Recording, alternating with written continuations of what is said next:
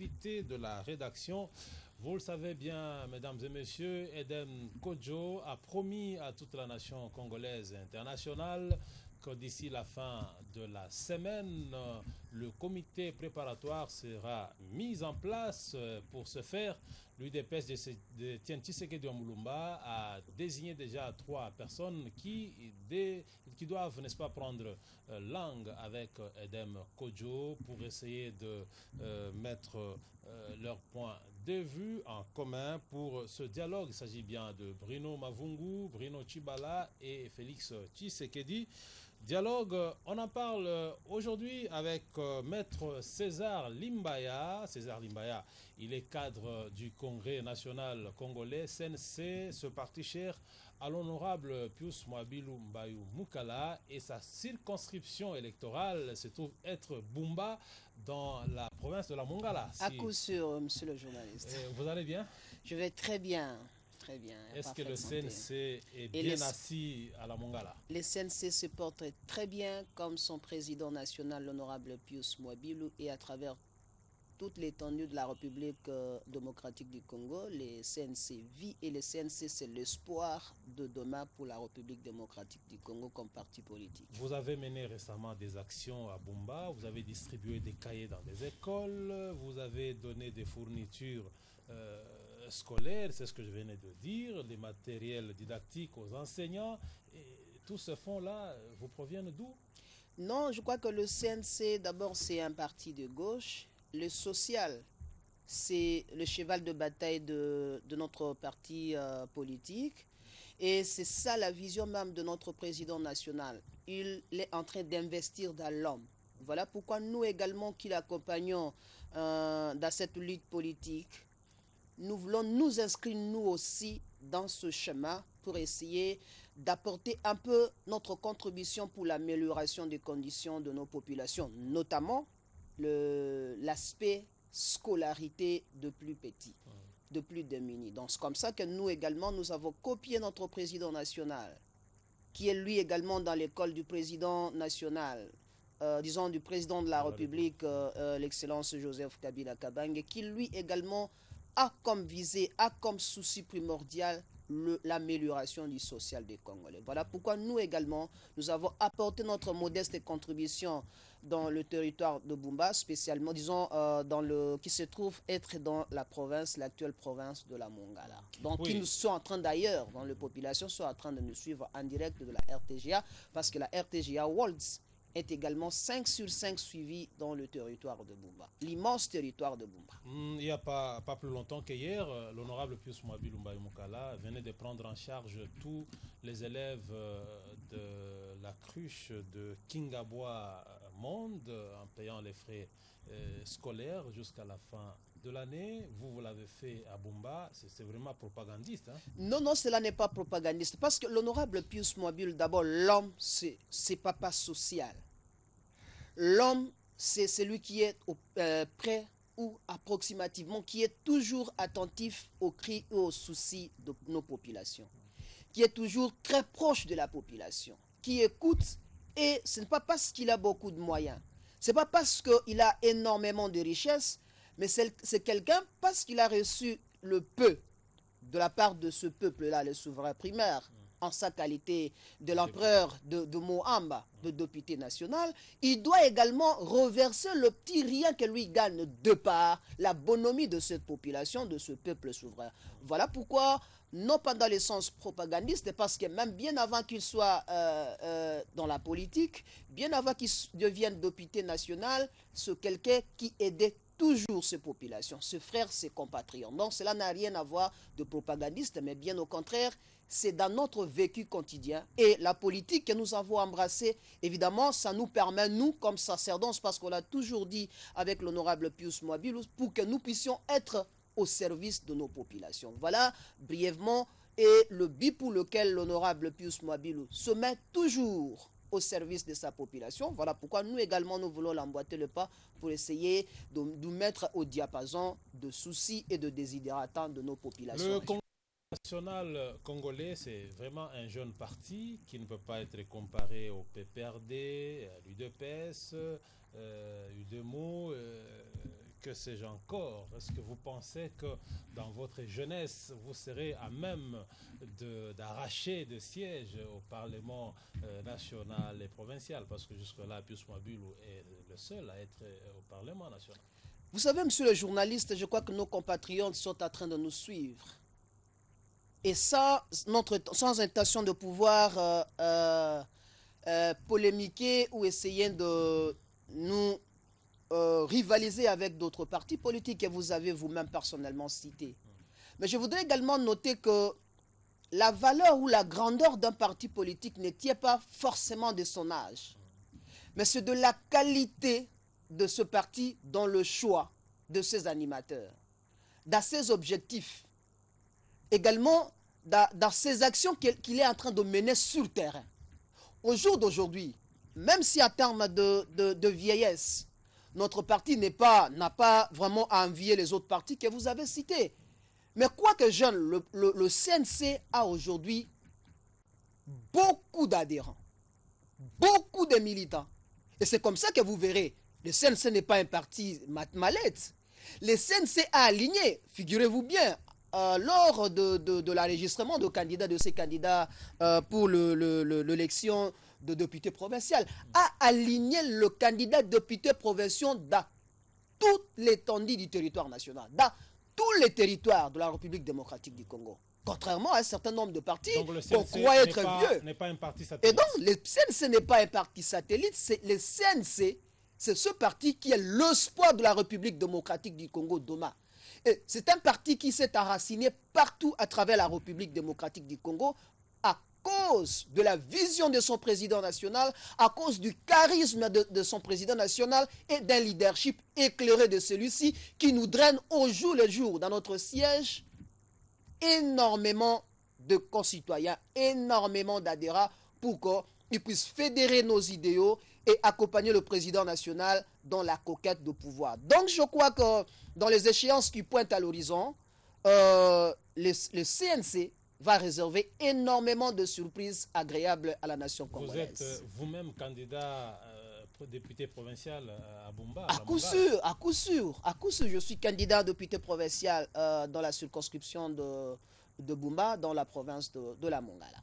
Pour le compte du Congrès national congolais. D'accord. Je rappelle que vous êtes César Limbaya, cadre du Congrès national congolais, le CNC, ce parti cher à l'honorable Pius Mwabilu Mbayou Mukala. Je venais de le dire au sommaire, Edem Kodjo, à Kinshasa, et il se frotte les mains parce que, selon lui, l'UDPS, qui semblait compliquer les choses, rejoint maintenant le train du processus. L'UDPS rejoint le train vers le dialogue. C'est un sentiment de satisfaction pour vous de la majorité présidentielle. Non, monsieur le journaliste, je crois que la présence de Dem Kodjo constitue pour l'ensemble de la République démocratique du Congo un satisfecit pour les populations congolaises. Le peuple congolais est épris de paix. Le peuple congolais qui est en train de consolider le développement de la démocratie en RDC, dans sa démocratie toute jeune. Mais la présence de Dem Kodjo réjouit les Congolais.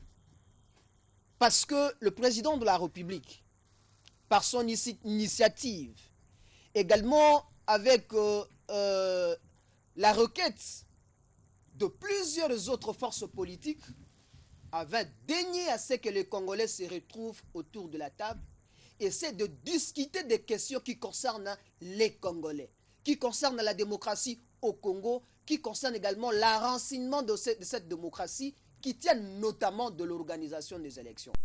Parce que le président de la République, c'est le père de la nation, c'est le président de toutes les forces politiques, de toutes les forces sociales, a écouté les cris d'un certain nombre de Congolais, a écouté les cris également d'un certain nombre de grandes formations politiques de ce pays. Notamment, vous avez PS, qui à un certain moment de l'histoire, du parcours de cette mandature, a sollicité, a réclamé à ce que le Congolais se retrouve pour discuter des choses qui concernent sa survie. Le président de la République a également été tentatif, a suivi les requêtes de ce concitoyen, a également bien voulu, a daigné convoquer ce forum qui va regrouper tous les Congolais. Moi, je crois que celui qui est vainqueur dans tout ça, qui se frotte le main aujourd'hui, ce n'est pas Edem Kodjo. Parce que Edem Kodjo n'est qu'un instrumentum qui est arrivé. D'ailleurs, en ce qui nous concerne, nous de la majorité, on n'avait même pas besoin d'une expertise étrangère. On n'avait pas besoin que quelqu'un d'autre vienne d'ailleurs pour essayer, pour nous aider à pouvoir discuter. Il vous souviendra, lorsque nous avons été dans les concertations nationales, le peuple congolais, la classe politique congolaise a montré sa maturité parce qu'elle n'avait pas besoin d'une expertise étrangère, elle n'avait pas besoin d'une main étrangère pour essayer de se retrouver et de discuter sur des questions fondamentales de la vie nationale. Parce que vous parlez, n'est-ce pas, de concertation nationale. On a décrié ce forum pour le fait que beaucoup de résolutions n'ont pas été prises en compte jusqu'aujourd'hui. Vous savez, il y avait plus ou moins 800 quelque chose de recommandations. Mais tenez-vous bien, aujourd'hui, nous avons nos amis de l'opposition qui se retrouvent au gouvernement. Est-ce que leur arrivée au gouvernement de président Joseph Kabila, qui est piloté par l'excellence Matata Ponyo, est-ce que ne relevait pas d'une des recommandations de ces concertations? Parce qu'il y a énormément de choses qu'il faille faire et énormément de choses qui sont faites et lesquelles choses sont tributaires de ces recommandations ici de concertation nationale. Mais quand cela ne tienne, en ce qui concerne le dialogue entre Congolais, je crois que la thématique ou les thématiques ne seront pas le même. Parce qu'aujourd'hui, chez nous, la question brûlante de l'heure, la question d'actualité, c'est l'organisation des élections. Même si ceux qui veulent vraiment du Congo, pour ne pas paraphraser le président de la République, qui a toujours dit que ceux qui ont la passion du Congo, de servir le Congo, d'aimer le Congo, de travailler pour le Congo, vont se retrouver dans ce forum pour traiter des questions qui ne vont pas embraser l'État, la République, la nation congolaise. Ceux-là, ce sont des personnes que nous pouvons encourager, et ceux qui sont encore dubitatifs, nous leur demandons de pouvoir emboîter le pas. Si réellement ils aiment le Congo, si réellement ils aiment la démocratie au niveau de la République démocratique du Congo. Vous donnez beaucoup plus d'importance à l'UDPS qu'à d'autres partis de l'opposition, parce que l'impression que vous donnez, c'est comme si ce serait un dialogue entre l'UDPS et la majorité présidentielle. Vous ignorez tous les autres partis politiques de l'opposition. Non, non, cela n'est pas la vérité. Tant de fait, parce que M. Edem Kodjo, qui est facilitateur de dialogue, qui va être convoqué dans quelques jours ici. Le dialogue qui est déjà convoqué. D'ailleurs, déjà convoqué, dont l'effectivité, dont sa tenue est imminente, n'est pas de la majorité présidentielle. Parce que c'est M. Edem Kodjo qui a contacté toutes les sensibilités politiques et sociales de notre pays. Il a également pris langue avec notre famille politique, la majorité présidentielle. Mais qui avait demandé hier qu'il y ait une facilitation internationale? C'est l'opposition, notamment le parti que vous êtes en train de citer, l'UDPS, pour ne pas le citer à cet instant. Nous savons que tous les Congolais à sa place dans ce forum, fût-il de l'UDPS, de l'UNC, du PPRD ou du Congrès national congolais, mon parti, tous les Congolais, même les gens qui se trouvent au niveau de la société civile, ont leur place. Donc, il n'y a pas une place privilégiée pour un parti politique parce que le Congo, notre beau pays, n'appartient pas à l'UDPS. Revenons au dialogue. Voilà. S'il arrivait que le dialogue se tienne, effectivement, est-ce que ce forum aura-t-il à respecter non seulement l'esprit, mais aussi la lettre de la Constitution qui, en ce qui concerne la tenue des élections en RDC?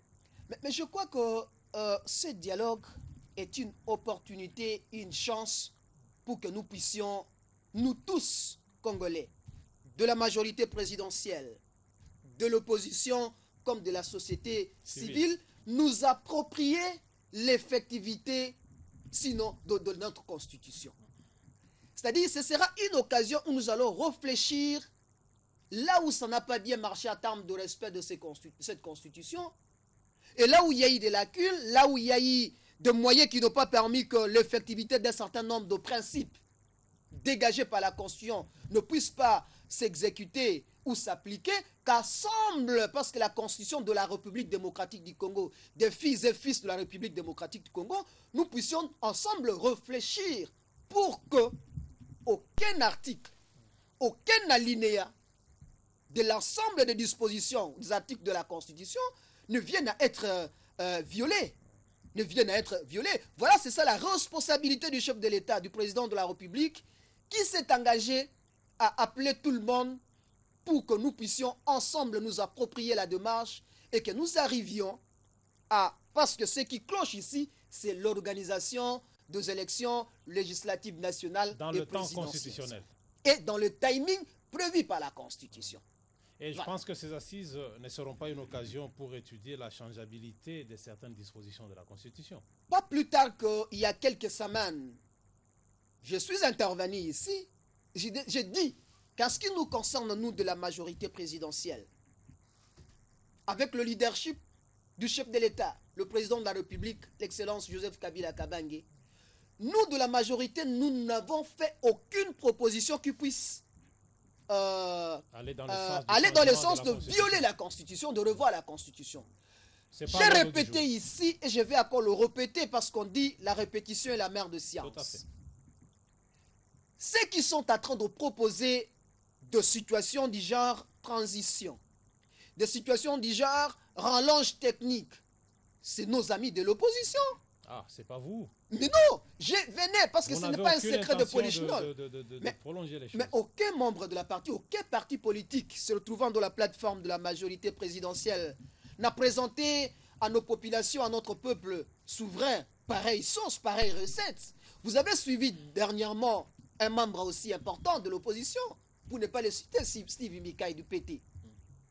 Il a été l'un de ceux qui, évidemment, souhaite à ce qu'il y ait une transition parce que lui considère que les réalités de l'heure, les réalités ou les contraintes dans lesquelles se trouve la CENI, selon ce parti politique de l'opposition, ne permet pas à ce que nous puissions tout de suite organiser des élections parce que ce n'est pas la majorité qui organise, c'est la CENI dans le timing imparti. Mais cette hypothèse vous profite, vous, de la majorité, comme ça vous allez rester longtemps au pouvoir. Si tel est le cas, nous, notre problème, nous ne sommes pas là pour rester au pouvoir pour le pouvoir. Non, nous avons été en 2006 élus, notre président de la République a été élu avec la majorité qui était la nôtre. En 2011, c'est pareil parce que c'est aujourd'hui, nous conservons cette majorité. Et demain, s'il arrivait qu'en 2011, on organise ces élections, voilà pourquoi les chefs de l'État convoquent tout le monde. Pour 2016. Nous sommes, depuis le 2016, nous sommes en train de nous préparer. Et vous êtes la prêts. preuve, nous sommes prêts à tout moment. L'ensemble de la majorité présidentielle, donc, comme le Congrès national. Que Steve Mikaï et son parti sont en train de boutiquer ne vous arrange pas, vous, de la majorité? Nous, notre problème, ce qui nous arrange, c'est que le Congo, la Constitution soit respectée, les Congolais aient le pain, et que le président de la République fasse le travail qui est le sien jusqu'au bout de son mandat. Le pain qui n'a pas jusque-là. Non, le pain, ça dépend. Chaotique. Ça dépend. De quel pain vous voudriez parler? Parce qu'aujourd'hui, les fonctionnaires, ils sont payés régulièrement. À quel taux? Non, ça dépend. Mais je crois qu'il ne faut pas oublier également d'où nous venons et à quel niveau nous nous retrouvons au jour d'aujourd'hui. Mais il y a eu des efforts notables que personne ne peut ignorer au jour d'aujourd'hui, des efforts substantiels consentis par les gouvernements de la République pour l'amélioration. D'accord, monsieur César Limbaya, si aujourd'hui vous entrez dans le dialogue et que Steve Mikaï défend sa thèse de transition, vous de la majorité, vous allez refuser hermétiquement parce que ça n'a jamais été dans vos intentions. Mais je crois que lorsque nous sommes dans le dialogue, dans des conciliables et une modalité qui est de l'apanage des Congolais aujourd'hui, c'est le consensus. Parce que le dialogue là n'est pas le dialogue de la majorité présidentielle, c'est le dialogue de Congolais, de la majorité présidentielle, de l'opposition et de la société civile. Si se dégage que pour le bien des Congolais, pour une organisation apaisée des élections, et si on ne trouve pas de remède pour essayer de solutionner les contraintes telles qu'épinglées par la CENI, la centrale qui organise les élections, et qu'une majorité au niveau de ce forum décide au nom du peuple congolais parce qu'ils vont le représenter là-bas, que cela soit-elle. Là, Même si la majorité est refusée, si elle est minorisée. Mais c'est la démocratie. Non, parce que c'est la majorité. C'est ce principe-là. Parce que c'est la majorité qui est derrière Steve Mikaï. Comment va-t-elle refuser? Mais maintenant, écoutez, Steve Mikaï, je crois que c'était Congolais. Il réfléchit au regard de réalités sociopolitiques et économiques de son pays, le Congo. Il n'a jamais été un cadre d'un parti de la majorité.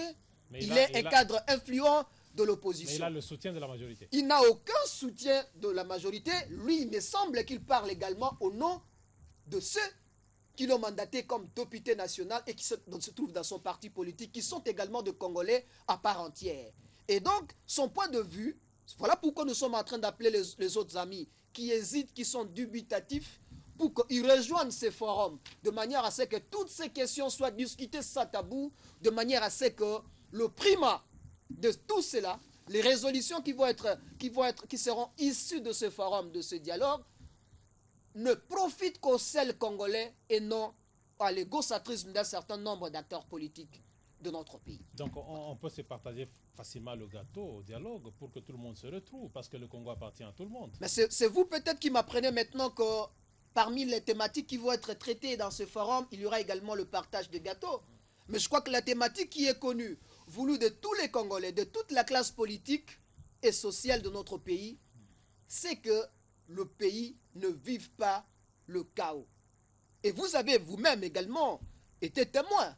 Même lorsque le Conseil de sécurité a voté la résolution 2277, le Conseil de sécurité note que le dialogue qui va être organisé entre le Congolais sous la facilitation internationale devra également se pencher essentiellement sur le respect de la Constitution.